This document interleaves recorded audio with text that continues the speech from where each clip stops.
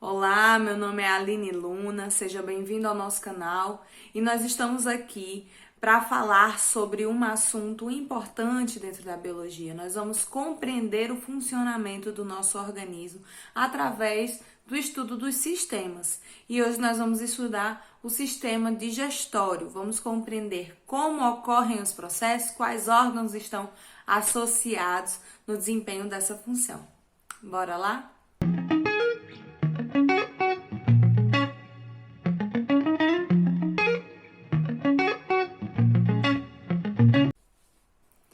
Afinal, o que é digestão?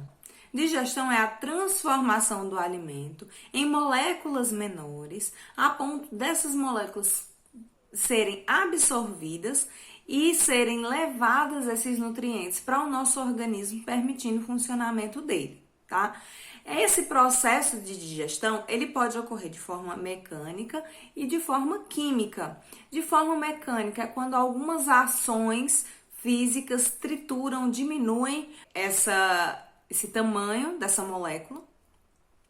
E a forma química é quando enzimas digestivas vão auxiliar na quebra dessas moléculas em moléculas cada vez menores, até que elas possam adquiram aí um tamanho a ponto de ser absorvida pelo nosso organismo. Qual é o caminho do alimento dentro do nosso organismo? Vamos lá, a gente começa aqui pela boca, certo? E aqui na boca a gente tem um processo de mastigação, que é auxiliado pelos dentes, a língua e a saliva, a gente vai falar já sobre eles. Da boca, ele vai para o bolo alimentar, ele vai para a faringe. A faringe é quem faz essa ligação da boca ao esôfago. Do esôfago, esse alimento ele vai ser encaminhado para o estômago, onde vão ocorrer vários processos químicos, que a gente vai falar também. Do estômago, ele passa pelo intestino delgado, e é no intestino que acontece a maior parte da absorção de nutrientes, tá? E depois do intestino delgado, pelo intestino grosso, onde vai ser absorvido a água, alguns nutrientes, e onde vai ser formado o bolo fecal, tá? E vai ser expelido através do ânus. Então, bora começar aqui, né? O que acontece na boca? É a parte da digestão mecânica que eu falei, né? A gente tem os dentes, tá? Que vão auxiliar na mastigação, na trituração desse alimento. E aí nós temos aí a dentição, só um resuminho aqui de como é formada a nossa dentição, né? Nós temos 8 dentes incisivos, que são esses dentes da frente, que são utilizados para cortar o alimento. Temos 4 caninos, esses um pouco mais pontiagudos, que são utilizados para cortar e rasgar, né, o alimento. Temos 8 pré-molares e 12 molares, que eles são responsáveis por triturar ao máximo o alimento, tá?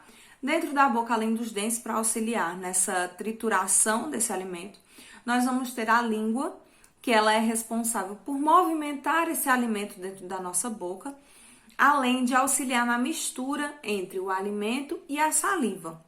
E a saliva, ela é produzida pelas glândulas parótidas, essa aqui próxima ao ouvido, a glândula sublingual, ou seja, aqui embaixo da língua, e a submaxilar, essa bem aqui. Essas glândulas, elas vão ser responsáveis pela produção de saliva. Nessa saliva, vão ter enzimas digestivas, a amilase salivar e a ptialina, que vão ser responsáveis pela digestão do amido e do glicogênio. Isso na boca, certo? Então, na boca a gente já tem a digestão mecânica, que é a trituração desse alimento, e também já começa a digestão química, através da presença de enzimas que vão degradar aí algumas substâncias e que já vão ser degradadas aí na boca, que é o glicogênio e o amido. Logo depois do alimento mastigado, formado o bolo alimentar, esse alimento vai continuar seu percurso, saindo da boca, passando para a faringe em direção ao esôfago. A faringe é uma estrutura que ela faz essa comunicação, ela participa tanto do processo da passagem de alimento, como também da passagem de ar no sistema respiratório. E por isso tem um detalhezinho que eu quero aqui lhe falar. Aqui nós temos a faringe, fazendo aqui a comunicação com o esôfago. E aqui nós temos a laringe, que é por onde passa o ar, tá? Como a faringe faz ligação entre o sistema digestório e o sistema respiratório, esses processos eles têm que ocorrer de forma individualizada para que não ocorra a passagem desse alimento pelo trajeto errado, que é o que ocorre quando a gente engasga, né? É quando o alimento ele vai em direção ao sistema respiratório. E aí o nosso organismo, para expulsar, promove a tosse, para poder tirar esse alimento aí da passagem de ar, para ele ir para a passagem correta, que é sair da faringe e ir para o esôfago. E como é que faz como é que o corpo faz essa mediação entre a passagem de ar e a passagem de alimentação através da faringe? Olha aqui na imagem, né? Quando o alimento foi mastigado, triturado, formou o bolo alimentar e ele vai seguir o seu destino, tem uma estrutura chamada de epiglote, que é essa azulzinha aqui, ó. Quando não tá passando nada, ela tá aberta para quê? Para que as vias aéreas possam passar aqui o ar na respiração. Mas quando esse alimento ele é engolido, a epiglote ela fecha a laringe, evitando a passagem de alimento para esse espaço, e aí liberando a passagem desse alimento diretamente pelo esôfago. Fechou aqui na laringe, não passa o alimento. Depois que o alimento já passou, já tá lá no esôfago, bem aqui embaixo, a epiglote abre novamente para permitir a respiração. Então, a faringe participa dos dois sistemas, porém, nós temos uma estrutura que impede a entrada desse alimento nas vias respiratórias, que é a epiglote, tá? E qual é a função no sistema digestório? Qual é a função da faringe? Levar o alimento que foi mastigado lá na boca e conduzir ele em direção ao esôfago.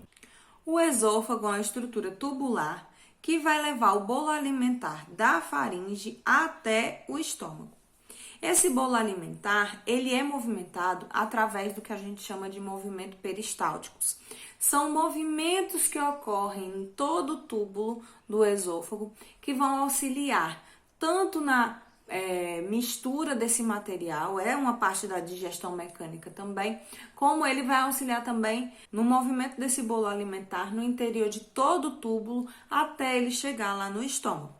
Ao chegar no estômago, o bolo alimentar ele é misturado com o que a gente chama de suco gástrico, que é uma mistura de ácido clorídrico com sais e com algumas enzimas digestivas, tornando esse bolo alimentar ácido. E a modificação ocasionada pelo suco gástrico faz com que a gente renomeie esse alimento que chegou até o estômago, chamando agora ele de quimo. Ele vai formar uma espuma altamente ácida por conta dos componentes do suco gástrico. O estômago ele também libera um muco, né? Por conta da grande acidez do suco produzido e liberado para a digestão dos alimentos, ele também o estômago precisa proteger suas paredes dessa acidez. E por isso ele produz um muco para evitar que essa acidez venha a prejudicar a parede do estômago. Quando acontece dessa acidez atingir as paredes do estômago, pode causar uma inflamação, né? E essa inflamação a gente começa a ter sintomas, né? De azia, de ardência, por conta do suco gástrico, prejudicando a parede do estômago. Coloquei aqui a imagem de um estômago para vocês, certo? Aqui nós temos o que a gente chama de fundo do estômago, o corpo. E essa parte aqui, essa incisura angular, a gente tem o canal que vai ligar o estômago até o intestino delgado, no início do duodeno, certo? Então, nós temos aqui a estrutura do estômago. Aqui ele está sendo ligado do esôfago, por onde chega o bolo alimentar, se mistura aqui com o suco gástrico, se transforma em quimo, e esse quimo ele vai ser levado para o intestino delgado, através dessa entrada que liga o estômago ao duodeno. O intestino delgado está dividido em três partes. O duodeno, que é essa parte que está associada aqui ao estômago, o jejum e o ilho. O ilho ele já faz ligação com o intestino grosso, tá? No duodeno, o quimo recebido do estômago, ele vai ser misturado com o suco entérico, produzido aí no duodeno. Esse suco entérico, juntamente com a bile, que é produzida pelo fígado, e o suco pancreático, produzido pelo pâncreas, juntos vão neutralizar a acidez desse quimo que vem do estômago, e essa neutralização a gente modifica novamente esse nome de quimo para quilo. Então, esse quimo, quando ele é neutralizado, ele passa a se chamar quilo. E esse quilo é o material que vai ser transportado no intestino delgado. Nesse intestino delgado, a gente vai ter o que a gente chama de microvilosidades, que quando a gente estuda lá as especializações de membrana, a gente diz que as microvilosidades são formadas como se fossem dedos de luvas que são formados no tecido para aumentar a área de contato com as substâncias que estão lá dentro do intestino e promover uma maior absorção. Aqui no intestino delgado, a gente tem a absorção de glicose e de aminoácidos. O intestino grosso, ele está separado em 4 partes: o seco, o cólon, o reto e o ânus. E o cólon, ele ainda está dividido em colo ascendente, colo transverso, cólon descendente e o sigmoide, certo? O que é que vai acontecer aqui no intestino grosso? Vão ser absorvidas aí uma grande quantidade de água que está presente no quilo. Essa água vai ser absorvida, grande quantidade, e esse quilo ele vai ser transformado em bolo fecal. Vai ser aqui formada literalmente as fezes. Quando já passou por todo o intestino grosso, quando chega no reto, esse bolo fecal ele é armazenado até ser liberado pelo ânus. Então, bora resumir o que acontece na digestão? O alimento ele é triturado na boca com auxílio dos dentes. Esse alimento triturado é misturado à saliva, que é produzida nas glândulas salivares. Essa saliva já possui enzimas digestivas, como a amilase salivar e a ptialina, que vão auxiliar na digestão e na absorção de amido e glicogênio. Saindo da boca, o alimento passa pela faringe. Da faringe faz a ligação até o esôfago, que leva até o bolo alimentar, até o estômago. Aqui no estômago, esse bolo alimentar ele vai ser misturado com o suco gástrico. Esse suco gástrico vai transformar o pH desse bolo alimentar e ele vai se tornar ácido e a gente vai passar a chamar ele de quimo. Esse quimo vai ser digerido pelas enzimas produzidas aqui no estômago com grande acidez. Esse quimo ele vai ser levado em direção ao intestino delgado através do duodeno. Ao chegar no duodeno, esse quimo vai se misturar ao suco entérico, à bile e ao suco pancreático, que vão neutralizar a acidez, passando a chamá-lo de quilo. Esse quilo vai passar pelo jejum e o ilho, onde vai ter a grande absorção de nutrientes, e a característica que tem no jejum e o ilho no intestino delgado. Para essa maior absorção, é a presença de microvilosidades, que aumenta a área de contato, o que promove a maior absorção desses nutrientes. O quilo, ele vai sair do ilho e vai chegar até o intestino grosso. Nesse intestino grosso vai ter uma maior absorção de água, vai formar o bolo fecal. Esse bolo fecal vai se encaminhar até o reto e vai ser armazenado lá até a liberação através do ânus. Aqui no início do intestino grosso tem uma estrutura que nós chamamos de apêndice. Esse apêndice, dentro dele, existem bactérias que auxiliam na digestão e ele também é responsável pela maturação de células do sistema imunitário. Quando ocorre alguma infecção nesse apêndice, ele começa a aumentar o seu volume por conta da proliferação de bactérias que estão causando essa infecção.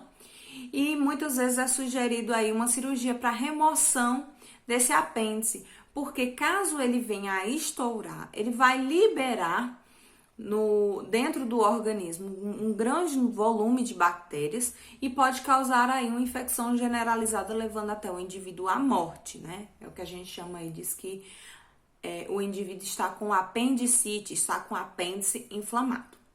Então, gente, essa foi a nossa aula sobre o sistema digestório. Espero que vocês tenham gostado, tenham aprendido um pouco sobre esse sistema.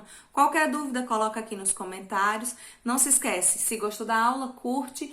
E se lembrar de algum coleguinha que tá precisando assistir essa aula, compartilha com ele, tá bom? Não esquece de se inscrever no nosso canal. Até a próxima aula. Um grande beijo. Tchau, tchau.